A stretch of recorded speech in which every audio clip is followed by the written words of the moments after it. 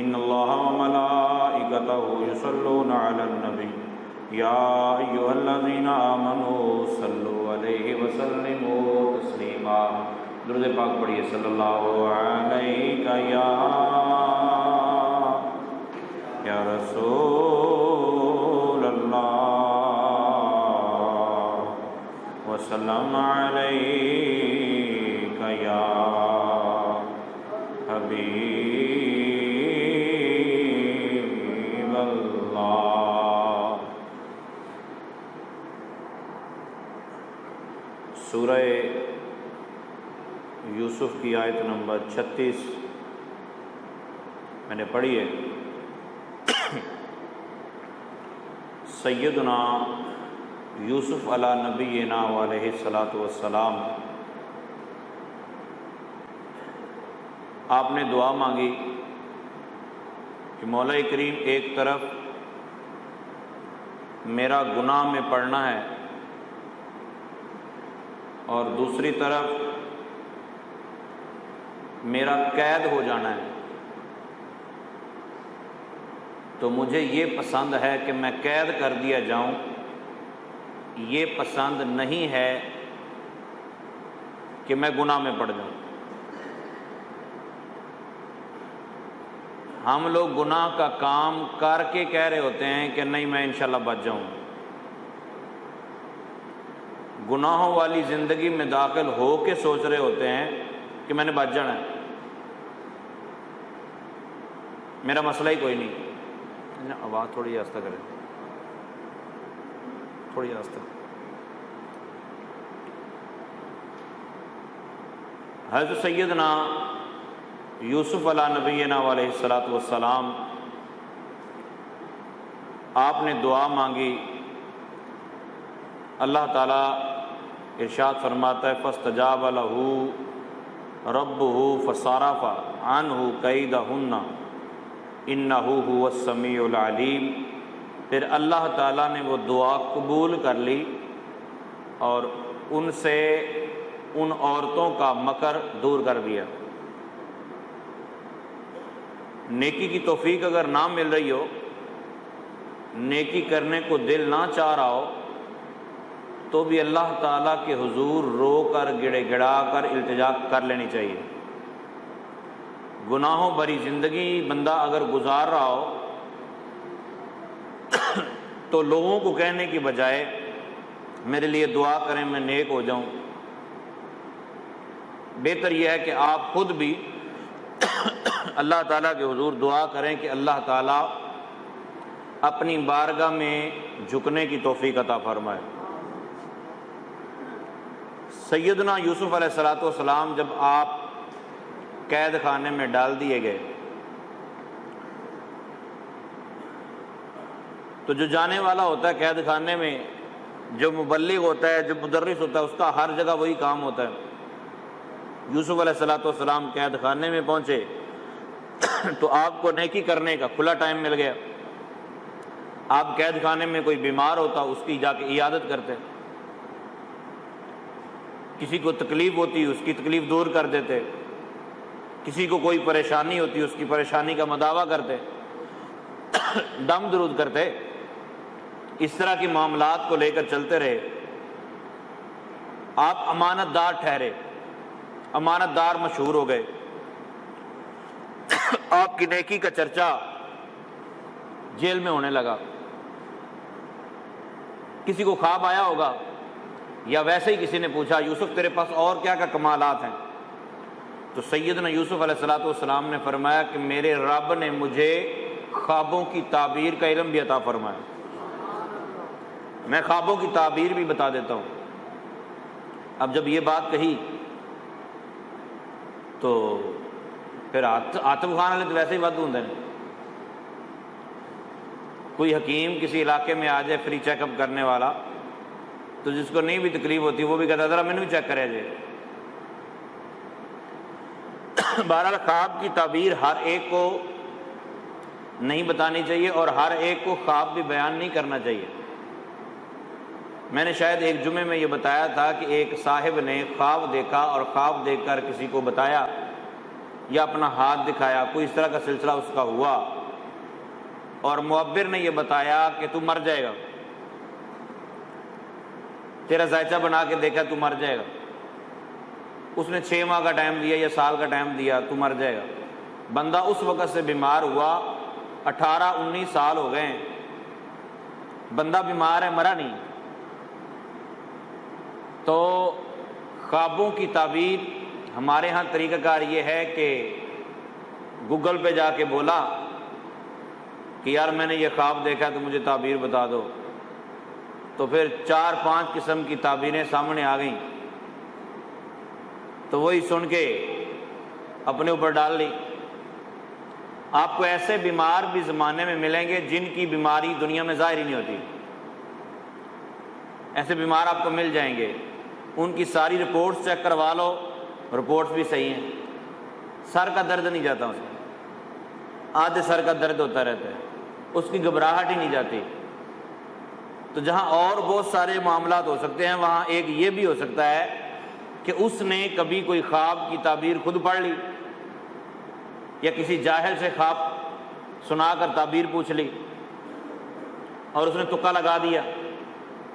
دیکھو بندہ مر بھی رہا ہو نا، ڈاکٹر نے بتا دیا ہو کہ یہ مریض لا علاج ہے، اب اس کے لیے دعا کر لیں بس، تو تب بھی اس مریض کے پاس جا کر یہ نہیں کہنا چاہیے یار تینوں بڑی وڈی بیماری لگ گئی، او ہو فلاں کو لگی تھی مر گیا تھا، فلاں کو لگی وہ بھی مر گیا، اور فلاں نے نہیں اپنا محلے دار انہوں لگی وہ بھی مر گئے، تینوں سے زیادہ ہے، بڑا افسوس ہے۔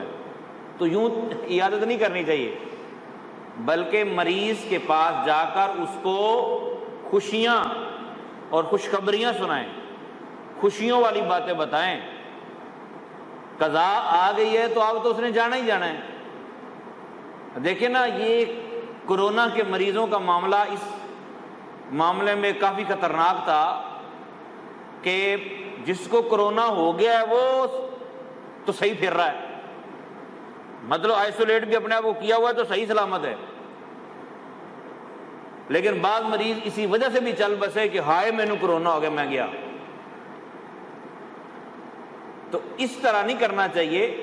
عرض میں یہ کر رہا تھا کہ اپنے خوابوں کی تعبیر خود نہیں پڑھنی آپ نے، یہ کسی معبر کو بتا کر احسن انداز سے اس کی تعبیر پوچھنی چاہیے۔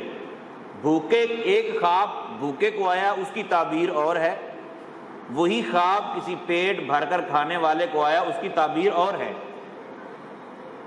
ایک خواب کسی عالم دین کو آیا، اس کی تعبیر اور ہو سکتی ہے، کسی عوام میں سے کسی کو آیا ہے، اس کی تعبیر اور ہو سکتی ہے۔ تو خواب نامہ یوسفی جو محلے میں لوگ بیچ رہے ہوتے ہیں، ان سے لے کے اماں جی، بی بی جی، بیبے جی، چاچی جی، تائی جی، یہ پڑھ کے جو خوابوں کی تعبیریں بتانا شروع کر دیتی ہیں نا، پھر وہ اسی طرح بیڑا غرق کرتی ہیں بیبیوں کا بھی۔ یوسف علیہ السلام نے جب یہ بات بتائی کہ میں خوابوں کی تعبیر بھی بتاتا ہوں، تو بات چٹکلے والے لوگ بھی ہوتے ہیں نا، مزے لینے والے، ان میں سے 2 بندے جو قیدیوں میں سے تھے، انہوں نے کہا بڑا یار بتاتا ہے کہ میں خوابوں کی تعبیر بھی بتاتا ہوں اور اس کا بڑا چرچا ہے، تو کیوں نہ چیک کیا جائے۔ اس کو چیک کیا ہے، تفسیر ابن کثیر میں لکھا ہے، تفسیر قرطبی میں لکھا ہے، تفسیر طبری میں لکھا ہے، مختلف تفاسیر کے اندر یہ بات لکھی ہے، اور اگر تجربہ کیا جائے کہ یہ بندہ سچ بھی بولتا ہے کہ نہیں۔ اب یہ دونوں گئے، قرآن کہتا ہے وَدَخَلَ مَعَهُ السِّجْنَ فَتَيَانِ، جب یوسف علیہ السلام قید خانے میں داخل ہوئے تو آپ کے ساتھ دو اور قیدی بھی لائے گئے۔ یوسف علیہ السلام کے ساتھ جب وہ قیدی داخل ہوئے تو ایک دن وہ چلتے چلتے آپ کے پاس آئے اور آگے کہنے لگے یوسف یار ہم نے بھی دو باتیں آپ سے پوچھنی ہیں، حضرت صاحب ہم نے بھی آپ سے مسئلہ پوچھنا ہے، ہمیں بھی مسئلہ بتا دو۔ تو آپ نے فرمایا بولو۔ قال احدہما، ان میں سے ایک بول کے کہنے لگا انی ارانی اعصر خمرا، کہ میں نے خواب یہ دیکھا ہے کہ میں انگوروں سے شراب کشید کر رہا ہوں، میں انگوروں سے شراب بنا رہا ہوں۔ یہ اس دور میں جائز تھی، تو میں انگوروں سے شراب بنا رہا ہوں، تو شراب نچوڑ کے اپنے بادشاہ کو پلا رہا ہوں۔ یہ دو بندے وہ تھے جن پر الزام یہ تھا، ایک باورچی تھا اور ایک جو شراب خانے کا دروغہ تھا۔ یہ دونوں بندوں پر الزام یہ تھا کہ بادشاہ کو انہوں نے، مصر کے بادشاہ کو، عزیز مصر یعنی وزیر اعظم جو مصر کا تھا وہ تو زلیخا کا شوہر تھا نا، یہ بادشاہ مصر کی بات ہو رہی ہے، تو بادشاہ مصر کے یہ دونوں غلام، یہ دونوں نوکر جو تھے، انہوں نے بادشاہ کو زہر دینے کی کوشش کی ہے، لہٰذا ان کو قید میں ڈال دیا گیا۔ اب یوسف علیہ السلام کے پاس آ کے ایک نے یہ خواب سنایا، دوسرے نے سنایا وقال الآخر انی ارانی احمل فوق رأسی خبزا تأکل الطیر منہ۔ اب یہ انہوں نے گھڑی تھی خواب میں نا، خواب گھڑی تھی۔ ایک خواب یہ گھڑی کہ میں دیکھ رہا ہوں کہ میں شراب نچوڑ کے اپنے بادشاہ کو پلا رہا ہوں، دوسرا کہتا ہے کہ میرے سر کے اوپر روٹیوں کا ٹوکرا ہے اور اس میں سے پرندے نوچ نوچ کھا رہے ہیں۔ ظاہر ہے جب ورچی تھا اس نے اپنے طور پر یہ خواب گھڑ لی، اور جو شراب خانے کا دروغہ تھا اس نے اپنے اعتبار سے ایک خواب گھڑ لی۔ کہنے لگے نبئنا بتأویلی، اب تو ہمیں اس کی تعویل بتا دے، اس کی تعبیر تو ہمیں بتا دے۔ انا نراکا من المحسنین، ہم تو تجھے بڑا شریف بندہ سمجھ رہے ہیں، تو بڑا شریف آدمی لگتا ہے، پڑھا لکھا لگتا ہے، عالم لگتا ہے۔ بعض یوں تعریفیں بھی اس لیے کرتے ہیں آ کے تاکہ اپنے اٹکل پچو کے اعتبار سے مسئلہ پوچھ رہے، تھی بڑے شریف آدمی ہو جی، بہت ماشاءاللہ جی، تھوڑا بڑا نام سنا ہے جی، ہیں تو دسو جی حضرت ابراہیم علیہ السلام تے حضرت موسیٰ علیہ السلام کے درمیان کتنا فاصلہ سی؟ تو مسئلہ وہ پوچھنا چاہیے جس کا ہمیں مطلب ہماری حاجت ہے، وہی مسائل پوچھنے چاہیے۔ خیر لکھے تو ہوتی ہیں یہ چیزیں بھی۔ تو بہرحال حضرت یوسف علیہ السلام کے بعد جب انہوں نے تعبیر کی بات کہی تو یوسف علیہ السلام نے ارشاد فرمایا میں تمہیں یہ تعبیر تو بتا دوں گا، لیکن چونکہ یہ کافر تھے، بت پرست تھے، قال لا یأتیکما طعام ترزقانہ الا نبأتکما بتأویلہ قبل ان یأتیکما، تو آپ نے فرمایا کہ تمہارا جو کھانا آتا ہے نا، تمہیں جو کھانا ملتا ہے وہ کھانا نہیں آئے گا مگر اس سے پہلے پہلے، اس کھانے کے تمہارے پاس آنے سے پہلے پہلے میں تمہیں خواب کی تعبیر بتا دوں گا۔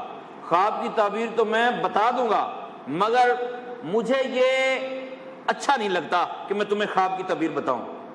انہوں نے پوچھا کیوں؟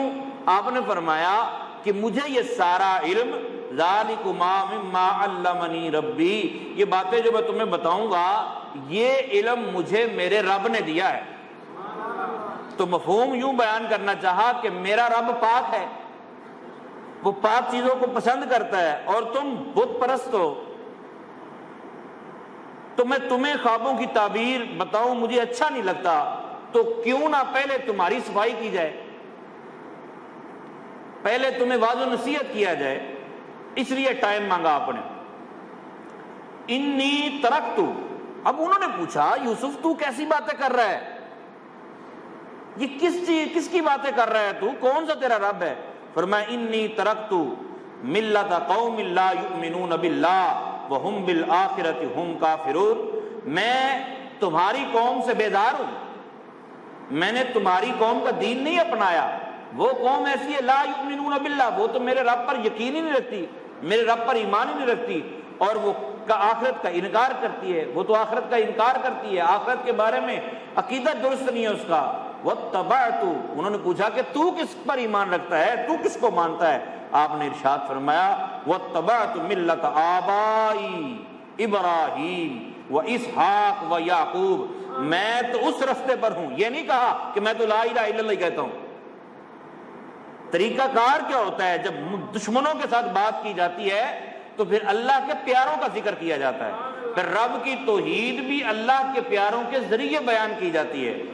آپ نے فرمایا واتبعت، میں تو اتباع کرتا ہوں اپنے باپ ابراہیم، اپنے باپ اسحاق یعنی پردادا، دادا اور باپ حضرت یعقوب، میں تو ان کی ملت کی پیروی کرتا ہوں، میں تو اس نقش قدم پر ہوں جو میرے باپ دادا کا نقش قدم ہے۔ دیکھیں قرآن پاک نے دو گروہوں کا ذکر کیا ہے، دونوں گروہ ہی جب ان کو کوئی بات کہی جاتی تھی تو وہ کہتے تھے ہم تو اپنے باپ دادا کے دین پر ہیں۔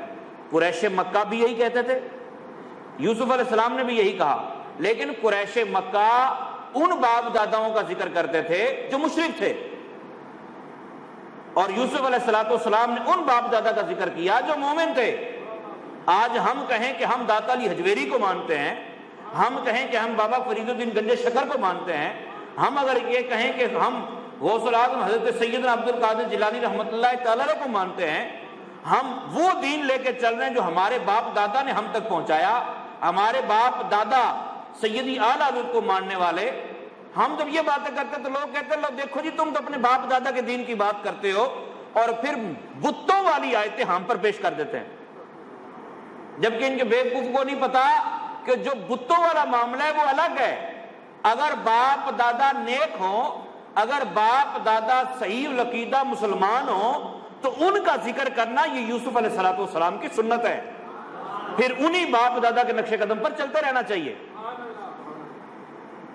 تو حضرت یوسف علیہ السلام ارشاد فرماتے ہیں ما کان لنا ان نشرک باللہ من شیء،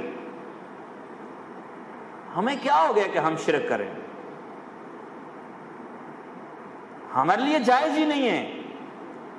ذالک من فضل اللہ علینا وعلی الناس ولکن اکثر الناس لا یشکرون، اور یہ جو ہم پر عنایت ہے یہ اللہ تعالیٰ کی ہے، یہ اللہ کا فضل ہے، اور لوگوں پر بھی اللہ کا فضل ہے۔ جس کو جو بھی نیکی کی توفیق ملتی ہے وہ اللہ تعالیٰ کی عطا سے ملتی ہے، لیکن اکثر لوگ اللہ تعالیٰ کا شکر ادا نہیں کرتے۔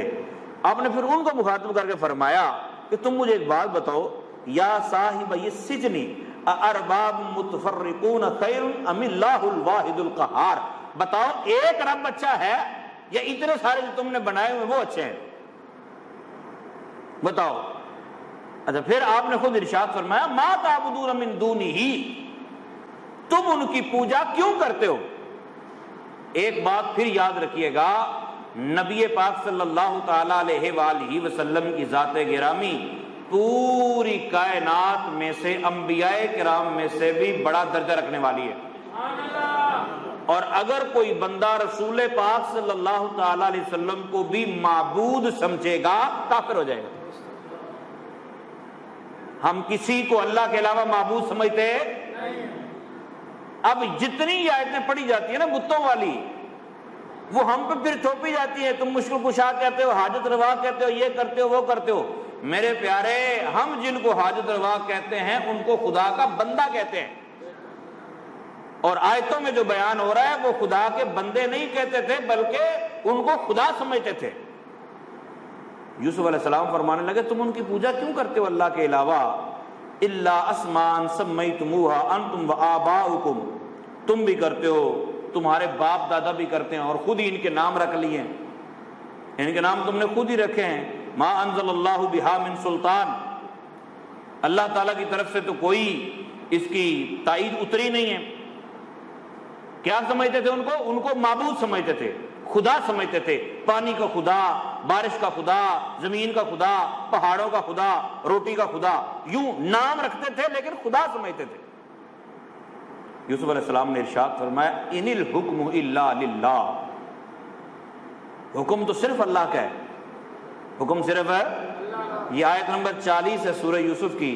حضرت مولا علی مشکل کشا رضی اللہ تعالیٰ عنہ نے اپنے اور حضرت امیر معاویہ رضی اللہ تعالیٰ عنہ کے درمیان صلح کرنے کے لیے پنچ مقرر کیے نا، جب پنچ مقرر کیے اپنے درمیان میں حاکم مان لیے کہ چلو جی یہ جو فیصلہ کریں گے وہ ہم سب قبول کریں گے، ایک دو گروہ مل جاتے ہیں تو کسی ایک کو پنچ مقرر کر لیتے ہیں، چلیں جی یہ جو فیصلہ کرے گا وہ ہمیں منظور ہوگا، اس طرح انہوں نے حاکم بنا لیے۔ تو جو حضرت علی المرتضیٰ رضی اللہ تعالیٰ عنہ کے ساتھ چلنے والے تھے لیکن منافق تھے اندر سے، جن کی روزی روٹی انہی کاموں پہ چل رہی تھی، لڑائی جھگڑے پہ، انہوں نے کہا علی تم مشرک ہو گئے ہو۔ کس کو کہا؟ حضرت علی کو کہا۔ کس کو کہا؟ یہ روش آج کی نہیں ہے، پرانی روش ہے کہ جب بھی امت کے اندر اتحاد کی بات ہوتی ہے تو جو جن کی روزی روٹی یہ لڑائی جھگڑوں پہ چل رہی ہوتی ہے ان کو جلن شروع ہو جاتی ہے۔ انہوں نے کہا علی تم مشرک ہو گئے ہو۔ وہ کیسے؟ حضرت عبداللہ ابن عباس رضی اللہ تعالی عنہما، آپ نے جب ان سے جا کے پوچھا تو انہوں نے کہا کہ ان الحکم الا للہ،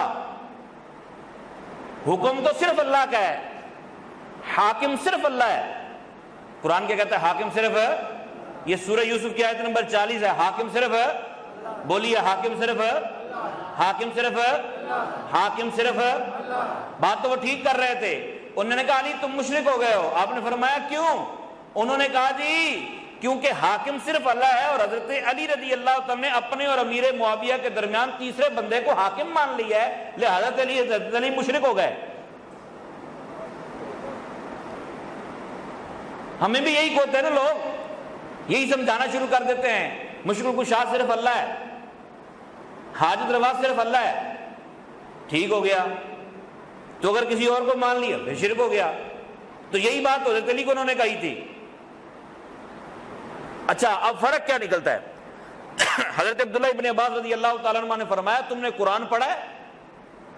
قرآن کہتا ہے کہ اگر میاں بیوی میں جھگڑا ہو جائے تو ایک حکم عورت کی طرف سے اور ایک حکم مرد کی طرف سے مقرر کر لیا جائے، وہ حاکم جو فیصلہ کرے وہ دونوں مان لیں۔ انہوں نے کہا ہاں جی پڑھا ہے۔ فرمایا میاں بیوی کے درمیان صلح کروانے کے لیے اگر حکم مقرر کیا جا سکتا ہے تو پھر امت کے درمیان صلح کروانے کے لیے حکم مقرر کرنا شرک ہو جائے گا؟ انہوں نے کہا نہیں نہیں نہیں جی نہیں، وہ گل ہو رہے، وہ گل ہے، یہ بات اور ہے۔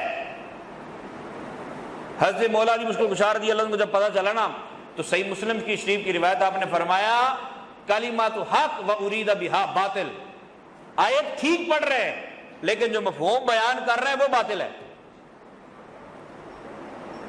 تو ہمیں مشرک کہنے والے بھی آیتیں تو ٹھیک ہی پڑھتے ہیں، قرآن کی آیتیں پڑھتے ہیں، لیکن وہ آیتیں جو بتوں کے بارے میں اتری وہ ہم مسلمانوں پر چسپاں کر دیتے ہیں۔ حضرت یوسف علیہ السلام نے ان کو تبلیغ فرمائی۔ تبلیغ فرمانے کے بعد جب آپ کا کام مکمل ہوا آپ نے ارشاد فرمایا یا صاحب السجن اما احدکما، پہلے کو فرمایا بھائی تم فیسقی ربہ خمرا۔ اب مجھ سے کوئی پوچھے کہ جی چلو ادھر تو حضرت علی رضی اللہ عنہ کے لیے تو آپ نے کوئی آیت پیش کر دی ہے، اب آپ اللہ کے علاوہ کسی کو مشکل کشا سمجھتے ہو، حاجت روا سمجھتے ہو، اللہ کی عطا سے ہی سمجھتے ہو، تو اللہ کا جو نام ہے وہ کسی اور کو دینا تو شرک ہو جائے گا۔ تو ان کے لیے میری گزارش ہے کہ وہ قرآن پڑھیں۔ یہ سورہ یوسف کی آیت نمبر 41 ہے۔ آپ نے فرمایا یا صاحب السجن اما احدکما، تم میں سے ایک فیسقی ربہ خمرا، ایک اپنے رب کو شراب پلائے گا۔ رب کس کو کہا؟ بادشاہ مصر کو۔ کس کو کہا رب؟ یہ وہ یوسف علیہ السلام ہے جو اس سے پہلے توحید بیان کر رہے تھے، ان کو توحید سکھا رہے تھے۔ تو یوسف علیہ السلام نے بتایا کہ رب ان کا بادشاہ بھی رب ہے، وہ کہتے تھے اس کو رب۔ یوسف علیہ السلام نے بھی رب کہہ دیا، شرک تو نہیں ہوا۔ کیوں؟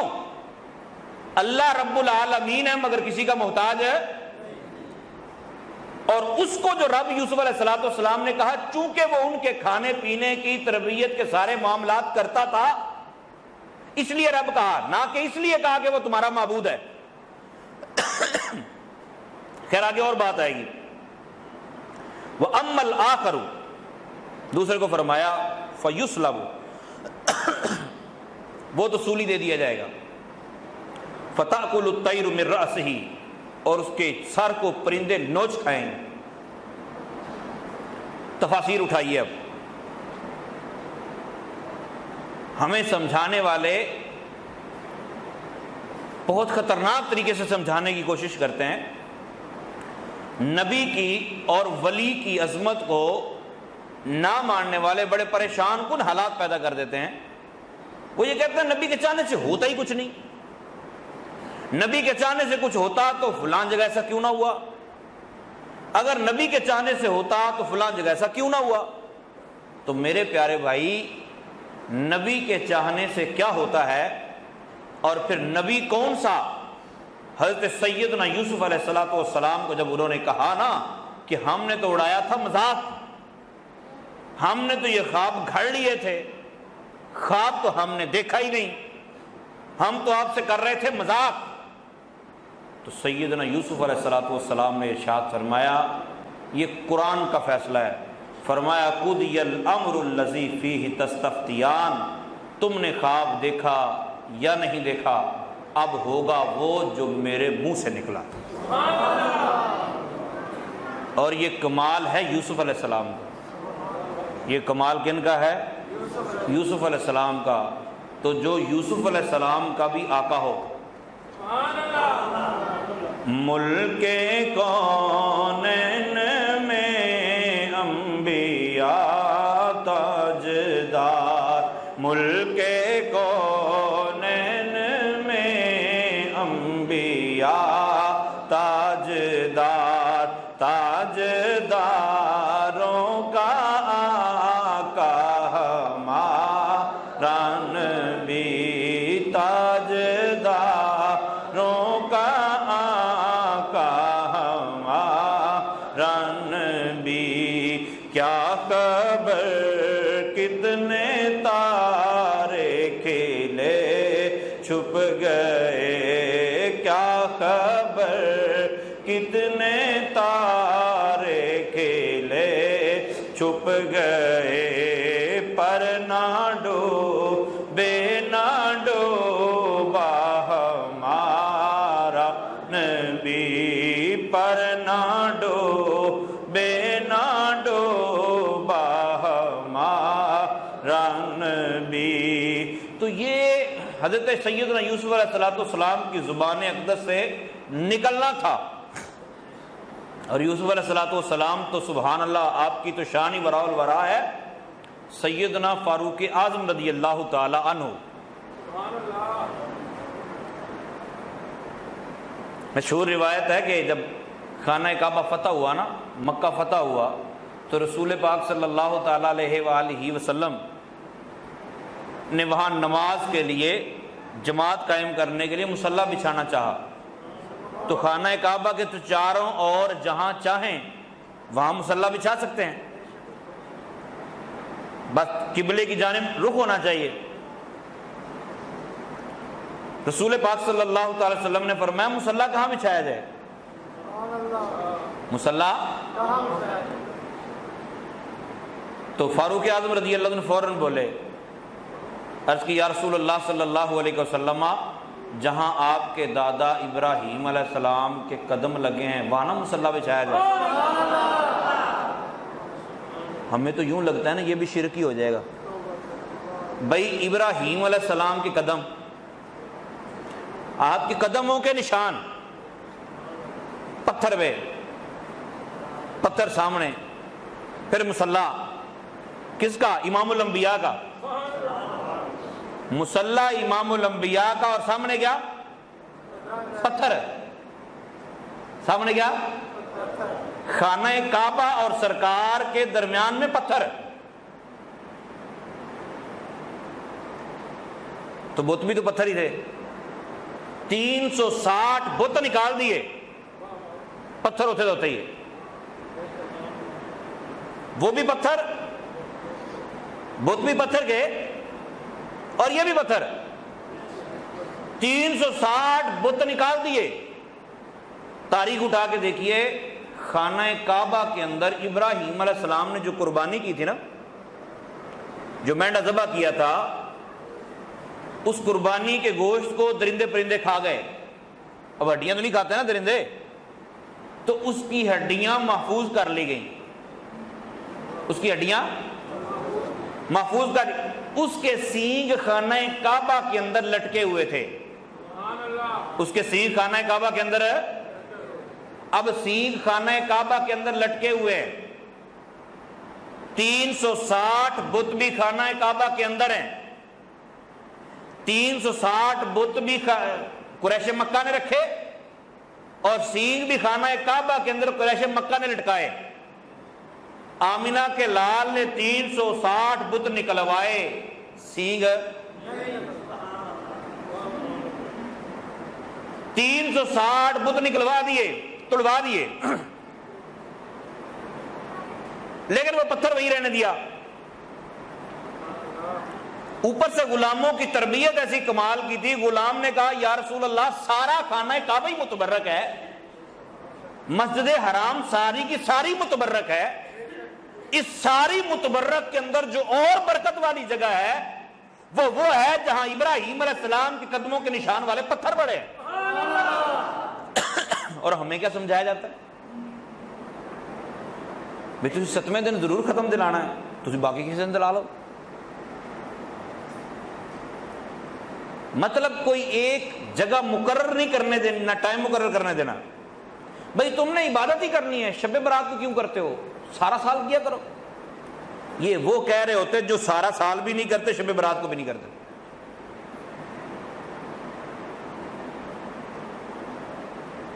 نسبت کی بات بتا رہا ہوں کہ نسبت چھوٹی سے چھوٹی بھی مل جائے تو کمال ہوتا ہے۔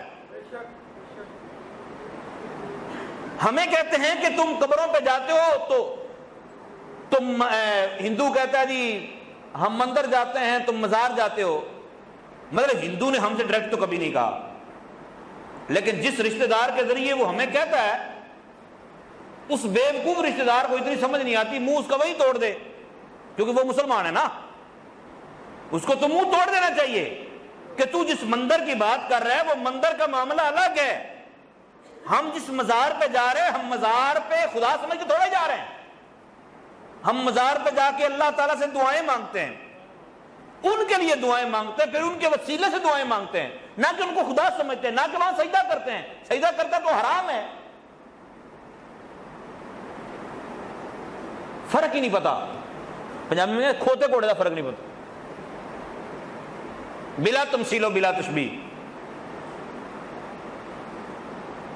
میں اتنی بھی عقل نہیں ہے کہ پتھر ہی پتھر ہے، نا پتھر پتھر میں فرق ہے۔ فاروق اعظم رضی اللہ عنہ نے عرض کی یا رسول اللہ صلی اللہ علیہ وسلم اپنا مقام ابراہیم کے سامنے مصلی بچھا لیں۔ فاروق اعظم رضی اللہ عنہ نے یہ کہا سرکار ابھی خاموش ہیں، رب تعالیٰ نے قرآن بھیجا، قرآن اتارا، وَاتَّخِذُوا مِن مَّقَامِ إِبْرَاهِيمَ مُصَلًّى۔ فاروق اعظم رضی اللہ عنہ کے منہ سے نکلا، رب نے کر دیا، جیسے عمر کہتے ہیں محبوب ویسے ہی کر لیجیے۔ امہات المؤمنین کے بارے میں فاروق اعظم رضی اللہ تعالی عنہ نے مشورہ دیا کہ یا رسول اللہ صلی اللہ علیہ وسلم آپ دور دراز سے قوافل آتے ہیں، قافلے آتے جاتے رہتے ہیں، تو آپ اپنی ازواج کو حکم دیجئے کہ یہ پردہ کر لیں۔ فاروق اعظم رضی اللہ عنہ نے مشورہ دیا، اللہ تعالیٰ نے قرآن اتار دیا۔ فاروق اعظم رضی اللہ تعالیٰ عنہ کی تائید میں قرآن اتارا، وہی فاروق اعظم رضی اللہ تعالیٰ عنہ جن کی تائید میں قرآن اترتا ہے۔ وہ صحیح مسلم کی روایت میں ہے، وہ کہتے ہیں کہ آج کے بعد جو 3 طلاقیں دے گا تینوں ہی ہوں گی۔ مولوی پتہ ہی کہتا ہے اسی نہیں مانتے فاروق اعظم دے کول میں،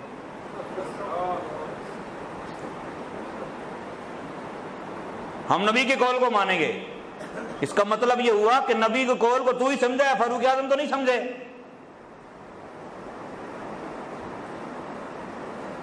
نبی کے فرمان کو چھوڑ کر، نبی کے طریقے کو چھوڑ کر، ابوبکر صدیق کے طریقے کو چھوڑ کر سارے کے سارے مولوی پورا مہینہ تراویح پڑھاتے ہیں، بولو تو صحیح، اور سارے مسلک والے پڑھاتے ہیں نا، پورا مہینہ ہی تراویح پڑھاتے ہیں نا۔ نہ سرکار کے دور میں پورا مہینہ پڑھی گئی، نہ ابوبکر صدیق رضی اللہ عنہ کے دور میں پڑھی گئی، یہ عمر فاروق نے شروع کروائی، یہ کر رہے ہیں۔ سرکار کے دور میں اگر کوئی 3 طلاقیں دیتا اور عرض کرتا یا رسول اللہ میری نیت ایک کی تھی، سرکار فرماتے چل کوئی گل نہیں، ہوتا رہا ایسا بھی، تینوں اکٹھی بھی ہوتی رہی، ایسا نہیں کہ تینوں اکٹھی ہوئی نہیں۔ ابوبکر صدیق رضی اللہ عنہ کے دور میں بھی اگر کوئی آگے کہتا 3 طلاقیں دے بیٹھا اور بولا کہ جی میری نیت ایک کی تھی، آپ فرماتے چلو کوئی بات نہیں۔ اگر وہ کہتا 3 تھی تو تینوں کی نیت تھی، فرماتے تینوں ہو گئی، یہ سلسلہ چلتا رہا۔ عمر فاروق رضی اللہ عنہ نے فرمایا آج کے بعد جس نے 3 دی تینوں ہوگی۔ مولوی کہتا نہیں تراویح والا ٹھیک ہے لیکن طلاق والا نہیں ٹھیک، تراویح والا فاروق اعظم کا فتویٰ اور طلاق والا وہ میرا فتویٰ۔ کتنے بھولے والے ہیں آپ لوگ۔ بہرحال میں یہ کہہ رہا تھا کہ مشورہ صحابہ دیں تو صحابہ کی اللہ پوری کر دے۔ ایسے لوگ بھی دنیا میں موجود ہوتے ہیں، ایسے لوگ موجود ہوتے ہیں۔ بخاری شریف کی روایت ہے ان کے بال گھنگریالے، ان کے بال گھنگریالے۔ بعض روایتوں کو مد نظر رکھ کے اللہ تعالیٰ کے اس بندے کی بات کرے تو یوں ہے بال گھنگریالے، بیمار ہو جائیں تو کوئی عیادت کرنے نہ جائے، مر جائیں تو لوگ جنازے میں شرکت نہ کریں۔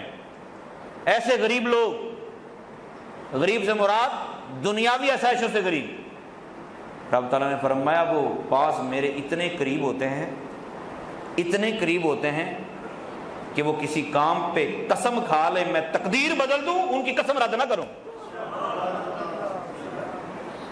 جب غلاموں کی یہ شان ہے تو پھر آمنہ کے لال کی تو شان سبحان اللہ۔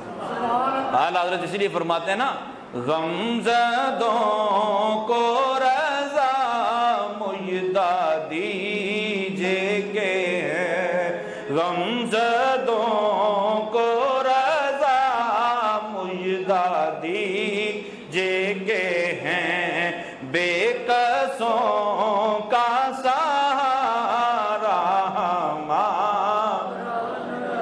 یوسف علیہ السلام کو انہوں نے ایک اور بات کہی، میرے ذہن میں آ گئی تو میں نے کہا چلو آپ کو عرض کر دوں۔ یوسف علیہ السلام کو آگے کہتے ہیں یوسف ہمیں نا آپ سے بڑی محبت ہے، ہمیں آپ سے بڑی محبت ہے۔ یوسف علیہ السلام نے فرمایا میں محبین کی وجہ سے بڑا مبتلا عذاب ہوا ہوں،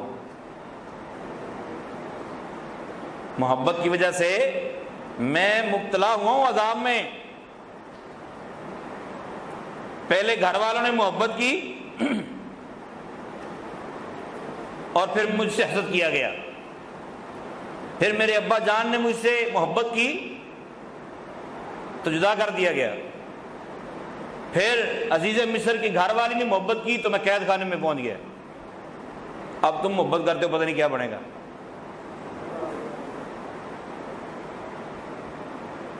تو جب آپ نے ان کو خواب کی تعبیر بتائی تو قرآن کہتا ہے وَقَالَ لِلَّذِي ظَنَّ أَنَّهُ نَاجٍ مِّنْهُمَا، آپ نے ان دونوں میں سے جس کو یہ فرمایا تھا کہ تو اپنے عہدے پر بحال ہو جائے گا، اس کو آپ نے یہ کہا اذکرنی عند ربک، یہ دوسری مرتبہ آیا لفظ رب۔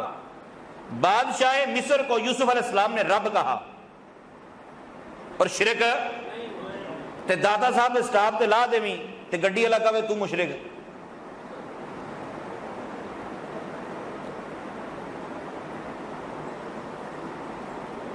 یوسف علیہ السلام نے اسے بولا۔ اچھا ایک بڑی باریک سی بات ہے، بڑی باریک، ہم کسی کو بھی دعا کے لیے کہہ سکتے ہیں، ہم کسی کو بھی کہہ سکتے ہیں یار میرا فلانے کا ذکر کری، میرا فلاں کا ذکر کری، میرا فلاں کو میری شکایت کر دینا یا میرے بارے میں بتا دینا، ہم کسی کو بھی کہہ سکتے ہیں۔ لیکن جو جتنا قریبی ہوتا ہے نا، جو جتنا قریبی ہوتا ہے، جو جتنا پیارا ہوتا ہے، اس کے لیے سختیاں بھی اتنی زیادہ ہوتی ہیں۔ اب یوسف علیہ السلام نے اسے فرمایا جو بحال ہو جانے والا تھا، فرمایا کہ عزیز مصر نے مجھے قید کروا دیا ہے، لیکن جب تو آزاد ہو کے جائے تو اپنے بادشاہ کے سامنے میرا ذکر ضرور کرنا کہ اس طرح ایک قیدی ہے اور وہ بے گناہ قید ہے۔